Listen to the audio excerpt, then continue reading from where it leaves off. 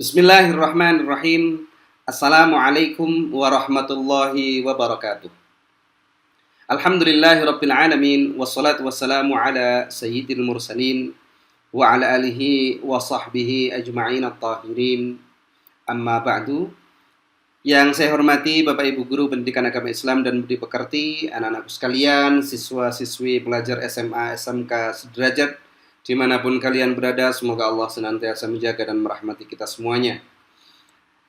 Pada video kali ini kita akan melanjutkan kegiatan pembelajaran pendidikan agama Islam dan budi pekerti, yang kali ini akan mengangkat tema khutbah, tabligh, dan dakwah.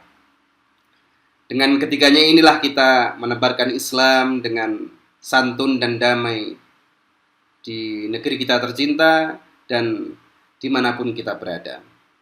Anak-anakku sekalian yang dirahmati Allah Ta'ala, mengingat panjangnya 3 tema ini, khutbah, tabligh, dan dakwah, maka untuk tidak memperpanjang video kita, pada pertemuan kali ini saya akan membahas khutbah saja. Jadi submateri khutbah akan kita bahas pada video kali ini, sedangkan tabligh dan dakwah akan kita bahas pada video selanjutnya. Baik. Kompetensi dasar terkait dengan tema kita kali ini adalah yang pertama, menerapkan ketentuan khutbah, tabligh, dan dakwah di masyarakat sesuai dengan syariat Islam, menjaga kebersamaan dengan orang lain dengan saling menasihati melalui khutbah, tabligh, dan dakwah, kemudian menganalisis pelaksanaan khutbah, tabligh, dan dakwah, serta menyajikan ketentuan khutbah, tabligh, dan dakwah. Sebagaimana kita ketahui bersama bahwa khutbah, tabligh, dan dakwah merupakan bagian dari syariat Islam, di mana dari masing-masing subjudul khutbah, tabligh, dan dakwah itu mempunyai ketentuannya sendiri-sendiri. Kita mulai dengan definisi khutbah. Kata khutbah berasal dari kata mukhatabah, yang berarti pembicaraan atau perkara besar yang diperbincangkan. Sedangkan khutbah bermakna memberi peringatan, pembelajaran, atau nasihat dalam kegiatan ibadah. Secara istilah, khutbah adalah yang pertama, menyampaikan pesan tentang takwa sesuai dengan perintah Allah Ta'ala dengan syarat dan rukun tertentu. Jadi khutbah itu adalah menyampaikan pesan takwa. Takwa sendiri apa? Takwa sendiri adalah menjalankan perintah-perintah Allah dan menjauhi larangan-larangannya. Itulah makna takwa. Jadi makna takwa yang sesungguhnya ya menjalankan perintah Allah dan menjauhi larangan-larangannya. Menyampaikan pesan takwa inilah khutbah. Namun ada syarat dan rukunnya nanti. Makna khutbah yang kedua yakni kegiatan nasihat yang disampaikan kepada kaum muslimin dengan syarat dan rukun tertentu yang erat kaitannya dengan sah atau sunnahnya ibadah. Sedangkan orang yang melakukan khutbah dikenal dengan istilah khatib. Dari kedua makna khutbah secara istilah ini kita dapat mengerti bahwa khutbah merupakan suatu syariat Islam di mana di dalamnya seorang khatib atau seorang pengkhutbah itu menyampaikan pesan takwa sesuai dengan perintah Allah dengan syarat dan rukun tertentu, dan kadang-kadang dikaitkan dengan sah atau sunnahnya ibadah. Nanti akan kita jelaskan makna dari sah atau sunnahnya ibadah di sini. Kita lanjutkan dengan pelaksanaan khutbah terkait sholat. Jadi khutbah itu ada yang dilakukan terkait sholat, ada yang dilakukan tidak terkait sholat. Adapun pelaksanaan khutbah terkait sholat, yang pertama adalah khutbah yang dilakukan sebelum sholat. Misalnya khutbah Jumat. Ini dilakukan sebelum sholat. Khutbah jenis yang kedua, yakni khutbah yang dilakukan sesudah sholat. Misalnya khutbah sholat Idain, di mana khutbahnya dilakukan setelah sholat Idul Fitri atau sholat Idul Adha. Kemudian dilakukan juga setelah sholat khusuf atau gerhana bulan, atau setelah sholat kusuf atau gerhana matahari. Itu juga dilakukan khutbah. Sholat istisqa. Istisqa itu adalah sholat minta hujan. Dilakukan khutbah setelah sholat istisqa. Begitu juga dengan khutbah saat wukuf di Arafah. Tanggal 9 Dzulhijjah ini dilaksanakan pada saat kita nanti insya Allah melaksanakan ibadah haji. Biasanya dilakukan setelah sholat zuhur dan asar. Jadi sholat zuhur dan asarnya di jamak takdim qashar. Kemudian setelah itu dilaksanakan khutbah wukuf. Khutbah yang ketiga, yakni khutbah yang tidak terkait dengan sholat. Misalnya khutbah nikah. Jadi, sebagaimana yang saya katakan di awal, bahwa khutbah itu ada yang terkait dengan sholat, dan ada yang tidak terkait dengan sholat. Yang terkait dengan sholat ada dua jenis, yakni dilaksanakan sebelum sholat, seperti khutbah Jumat, dan dilaksanakan sesudah sholat. Khutbahnya dilaksanakan sesudah sholat. Misalnya khutbah Idul Fitri, Idul Adha, khutbah sholat khusuf, khutbah sholat istisqa, khutbah wukuf, itu semuanya dilaksanakan sesudah sholat. Adapun khutbah jenis yang ketiga, yakni yang tidak terkait dengan sholat. Misalnya khutbah nikah, dilaksanakan ya saat prosesi akad nikah. Tidak ada prosesi sholat atau kegiatan sholat pada saat itu. Perlu diingat ya bahwa khutbah yang dilakukan sebelum sholat, yakni khutbah Jumat, itu merupakan rangkaian dari sholat Jumat. Nanti akan saya jelaskan pada slide selanjutnya. Untuk itu dilarang betul-betul setiap jamaah Jumat itu berbicara ataupun punya kesibukan sendiri pada saat khutbah sedang dibacakan. Jadi sama sekali tidak boleh melakukan apapun pada saat khutbah dibacakan. Bahkan biasanya sebelum khutbah naik mimbar itu ada seorang Bilal yang berdiri dengan mengatakan, "Idza qulta li sahibika ansit wal imamu yakhutubu faqad laghauta." Apabila engkau berkata kepada temanmu diam, padahal pada saat itu khatib sedang berkhutbah, maka sia-sialah Jumatmu. Artinya bisa menghapus atau menggugurkan pahala sholat Jumat apabila kita berbicara sendiri, berbicara dengan teman, atau punya kesibukan sendiri dengan HP atau yang lainnya. Bahkan dalam hadis itu dinyatakan, engkau berkata diam saja kepada orang yang sedang berbicara, maka sia-sia pula khutbahmu, padahal kita hanya menegur. Baik, kita lanjutkan. Yang pertama, kita bahas khutbah Jumat. Di antara beragam jenis khutbah, ada hal yang terpenting untuk diketahui, yakni khutbah Jumat. Sebab khutbah Jumat memerlukan rukun yang harus dipenuhi agar ibadahnya menjadi sah dan sesuai dengan aturan. Jika salah satu rukun tidak terpenuhi dalam rukun khutbah Jumat, maka khutbahnya tidak sah. Maka dari itu khutbah Jumat itu tidak semua orang boleh berdiri untuk menjadi khatib Jumat.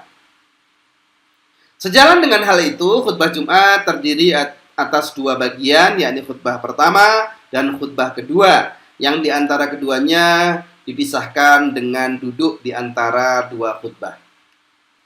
Jadi, sebagaimana kita ketahui bersama, khutbah Jumat itu dilakukan dua khutbah. Pada khutbah yang pertama, khatib berdiri untuk melakukan khutbah dengan memulai Alhamdulillahirabbil alamin, memuji kepada Allah, bersalawat kepada Nabi.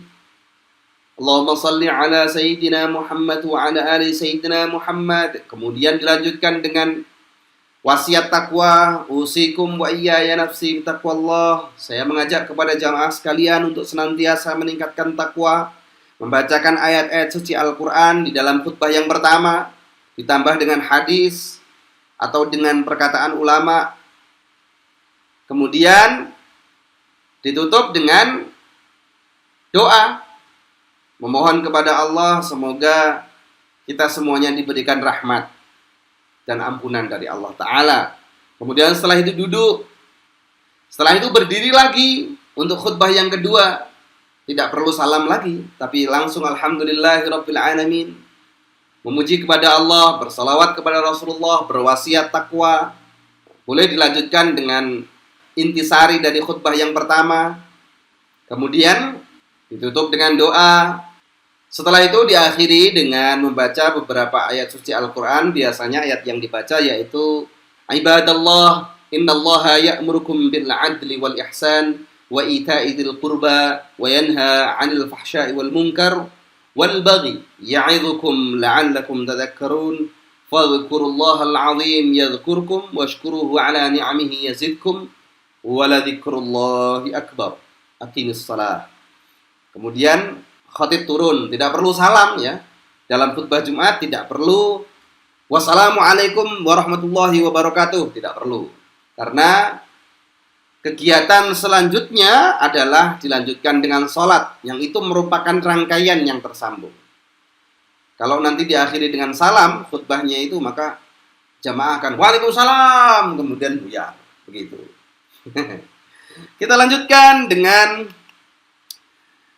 syarat khatib. Yang pertama adalah Islam yang sudah baligh dan berakal. Yang kedua, mengetahui syarat dan rukun serta sunnah dalam khutbah. Yang ketiga, suci dari hadas, baik badan, pakaian, serta auratnya tertutup. Yang keempat, tartil dan fasih saat mengucapkan ayat-ayat suci Al-Quran ataupun hadis-hadis Rasulullah. Yang kelima, memiliki akhlak yang baik dan tidak tercela di mata masyarakat. Jangan sampai seorang khatib itu adalah orang yang tidak dihormati di masyarakatnya atau orang yang dianggap tercela di masyarakatnya. Maka perlu dipilih orang yang memang mempunyai ilmu agama yang baik dan dapat menjadi panutan di masyarakatnya. Yang keenam, suaranya jelas dan dapat dipahami oleh jamaah. Jadi diusahakan seorang khatib adalah orang yang fasih, orang yang bersuara lantang, orang yang suaranya jelas dan mudah dipahami. Tidak orang yang punya kesulitan dalam menyampaikan atau artikulasinya tidak jelas sehingga jamaah tidak mengerti apa yang ia sampaikan.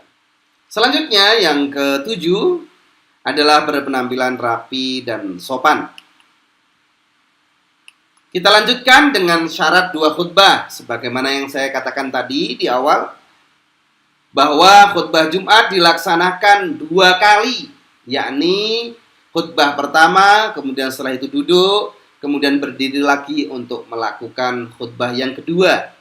Khutbah Jumat dilaksanakan sesudah masuk waktu zuhur, jadi harus sudah masuk waktu zuhur. Biasanya ada yang menerapkan masjid, ada yang menerapkan satu adzan, ada yang menerapkan dua adzan.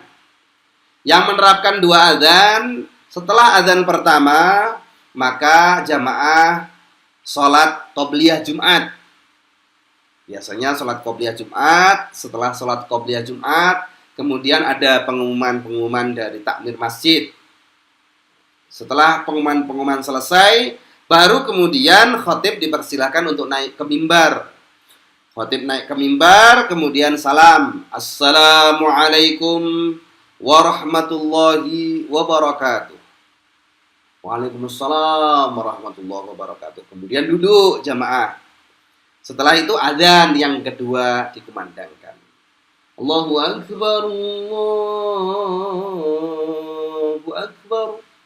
Itu adzan yang kedua.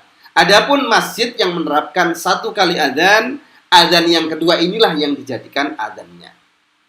Jadi ada masjid yang menerapkan dua kali adzan, ada masjid yang menerapkan satu kali adzan. Masjid yang menerapkan satu kali adzan itu, adzan yang kedua ini tadi yang dijadikan adzannya. Jadi setelah khatib naik ke mimbar, salam, dan kemudian dikumandangkan adzan. Anak-anakku sekalian, selesai khutbah dilanjutkan dengan sholat. Sebagaimana yang saya katakan tadi, berbeda dengan sholat Idul Fitri, sholat Idul Adha, sholat khusuf, sholat kusuf, sholat istisqa, yang khutbahnya dilaksanakan setelah sholat. Khutbah dilakukan dengan berdiri, namun jika tidak mampu boleh dilakukan dengan duduk. Tetapi saya kira semua orang yang khutbah diusahakan untuk berdiri. Maka dari itu apabila sepuh, biasanya khutbahnya tentu tidak perlu lama-lama, sehingga tidak menyusahkan khotibnya sendiri. Yang ketiga, duduk sebentar di antara dua khutbah. Jadi setelah khutbah pertama, duduk, kemudian berdiri lagi untuk khutbah yang kedua. Yang keempat, suara khutbah harus jelas dan dapat didengar oleh jamaah. Saat sekarang ini, pengurus masjid dapat menggunakan pengeras suara, televisi, monitor, sehingga jamaah yang berada jauh atau di ruangan lain dapat melihat dan mendengarkan sang khatib. Jadi, apabila masjidnya besar, kemudian tersekat oleh ruangan-ruangan, maka disarankan menambah pengeras suara dan boleh menggunakan televisi tambahan, monitor, agar jamaah yang di tempat lain melihat secara visual khatib yang sedang berkhutbah.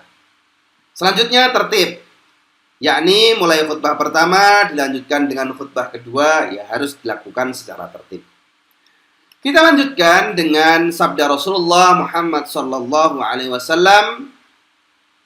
Kana Rasulullah sallallahu alaihi wasallam idza khataba ihmarrat 'ainahu wa 'ala sawtuhu washtadda ghadbuhu hatta ka'annahu munziru jaishin sabbahakum wa massakum.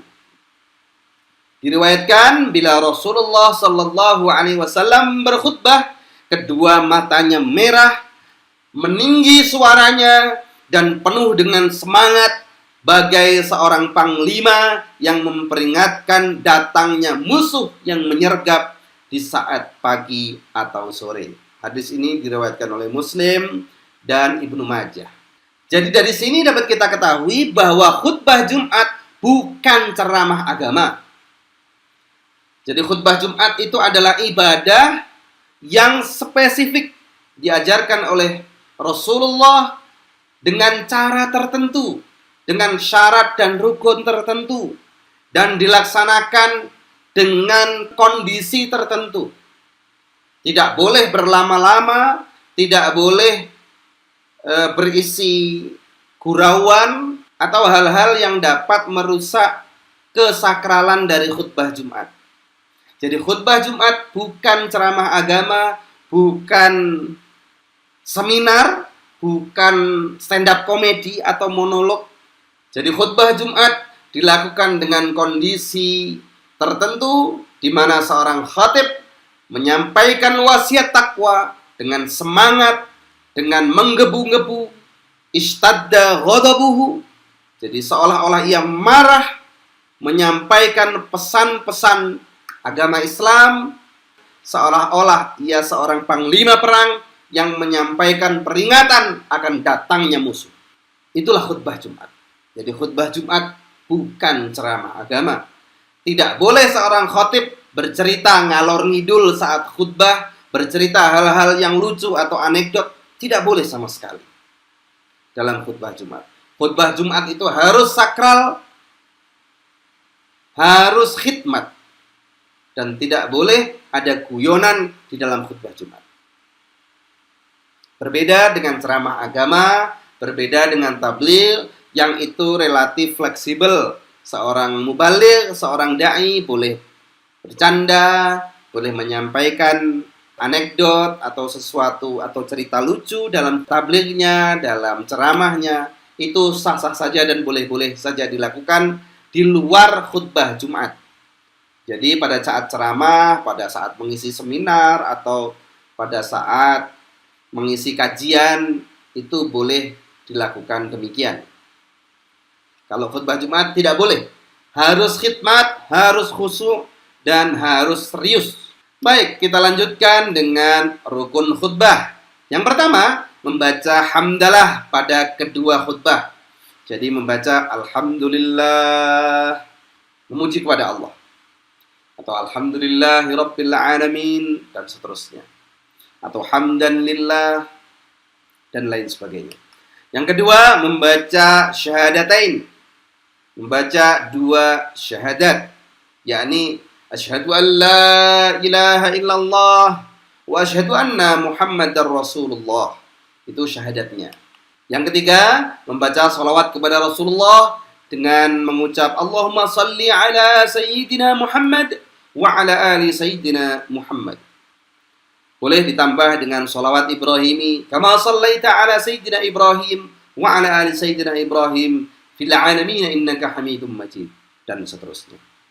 Yang keempat, berwasiat kepada diri sendiri dan jamaah sekalian. Isinya ajakan untuk meningkatkan iman, takwa, ibadah, serta memperbanyak amal soleh. Dan ditambahi dengan sebaiknya menjauhi dosa dan kemaksiatan agar hidup semua umat Islam bahagia di dunia dan akhirat. Itu adalah isi dari khutbah Jumat. Jadi wasiat takwa, wasiat iman, ibadah, memperbanyak amal saleh, menjauhi maksiat dan dosa-dosa untuk kebahagiaan dunia dan akhirat. Sebagaimana yang saya katakan tadi, tidak boleh di dalam khutbah Jumat ada hal-hal yang tidak penting, hal-hal yang bersifat lucu, guyonan, atau hal-hal yang dapat merusak kekhusyuan, kekhidmatan, dan kesakralan khutbah Jumat. Yang kelima, membaca satu atau beberapa ayat suci Al-Quran. Ayat yang dibaca biasanya sesuai dengan topik yang akan disampaikan. Jadi, harus ada ayat suci Al-Qurannya yang dibaca, ditambah hadis tentu lebih baik, di mana disesuaikan dengan tema atau topik khutbahnya. Yang keenam, berdoa pada khutbah kedua untuk memohon ampunan, kesejahteraan, dan keselamatan bagi kaum muslimin dan muslimat, baik di dunia maupun di akhirat. Keenam hal ini wajib ada dalam semua khutbah, dimanapun khutbah Jumat itu dilaksanakan. Jadi khutbah Jumat itu urutannya setidak-tidaknya adalah 6 hal ini. Boleh nanti ditambahi beberapa sunnah khutbah.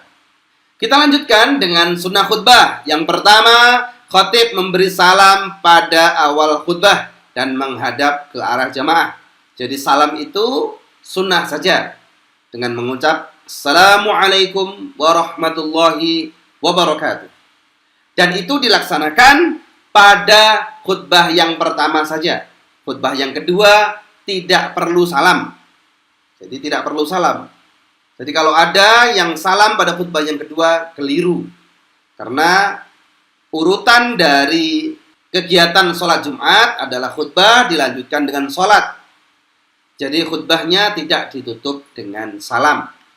Kemudian yang kedua, sunnah yang kedua yakni khutbah disampaikan di tempat yang lebih tinggi. Jadi diusahakan mimbarnya itu meninggi dan terlihat oleh jamaah. Kenapa dilakukan di tempat yang tinggi? Karena dengan berdirinya khatib di tempat yang tinggi, maka suaranya akan didengar oleh lebih banyak jamaah. Jamaah juga bisa melihat khatibnya secara lebih jelas. Kalau di Timur Tengah, di negara-negara Arab, umumnya mimbar-mimbar itu ada tangganya, ada trapnya meninggi begitu, sehingga khatibnya berada di tempat yang tinggi. Kalau di kita umumnya tidak demikian, tetapi beberapa masjid besar biasanya juga menggunakan mimbar yang ada trapnya sehingga khatibnya berada di tempat yang tinggi. Ini baik karena dengan di tempat yang tinggi, jamaah bisa melihat khatibnya dengan lebih jelas dan suara khatib juga terdengar lebih lantang apabila ia berada di tempat yang lebih tinggi. Selanjutnya, sunnah khutbah yang ketiga yakni disampaikan dengan kalimat yang jelas, sistematis, dan temanya disesuaikan dengan situasi dan kondisi yang aktual saat khutbah dilaksanakan. Jadi boleh saja memilih tema atau topik yang sedang hangat di masyarakat agar masyarakat dan umat mendapat kejelasan dan penjelasan terkait beberapa hal yang sedang aktual terjadi di masyarakat. Yang keempat, khatib hendaklah memperpendek khutbahnya. Jangan panjang-panjang. Khutbah itu 10 menit, 15 menit sudah selesai. Sebaiknya sholat Jumatnya saja yang diperpanjang. Ada kesalahan di masyarakat kita, di mana khutbah itu lama, panjang sekali. Kalaupun toh membaca, maka membacanya dengan intonasi yang pelan sekali. Kemudian kalaupun toh dia tidak membaca, maka dia bercerita ngalor ngidul. Cerita-cerita seperti itu tidak diperkenankan pada saat khutbah.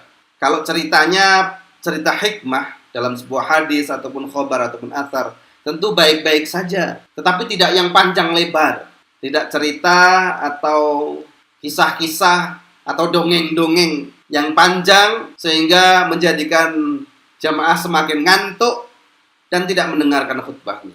Khutbah Jumat yang baik adalah khutbah Jumat yang pendek, sholat Jumatnya yang diperpanjang. Sholat Jumatnya untuk setelah Al-Fatihah, rakaat pertama membaca surat Al-A'la, rakaat kedua membaca surat Al-Ghasyiyah. Kemudian diperpanjang bacaan-bacaan saat ruku, i'tidal, sujud, dan seterusnya. Itu lebih baik daripada memperpanjang khutbahnya. Ini yang keliru. Jadi khutbah Jumat disunahkan diperpendek. Kenapa demikian? Karena khutbah Jumat dilaksanakan sebelum sholat, sehingga semua jamaah menahan hadas. Tidak boleh ngentut, tidak boleh batal. Untuk itu khutbahnya diperpendek. Berbeda dengan khutbah Idul Fitri, Idul Adha, sholat istisqa, khutbah sholat gerhana. Itu tidak apa-apa lebih panjang. Karena saat itu tidak masalah ketika ada jamaah yang berhadas. Maka dia bisa keluar berwudu. Kalau khutbah Jumat tidak demikian. Kalau terpaksa berhadas, tentu dia harus keluar untuk berwudu, kemudian mengikuti khutbah Jumatnya, menyimak kembali khutbah Jumatnya, dan melanjutkan sholat Jumat. Nah, ini perbedaannya dan beberapa hal-hal yang kurang tepat di masyarakat kita. Yang kelima, khatib disunahkan membaca surat Al-Ikhlas saat duduk di antara dua khutbah. Jadi disunatkan membaca A'udzubillahi minasyaitonirrajim. Bismillahirrahmanirrahim.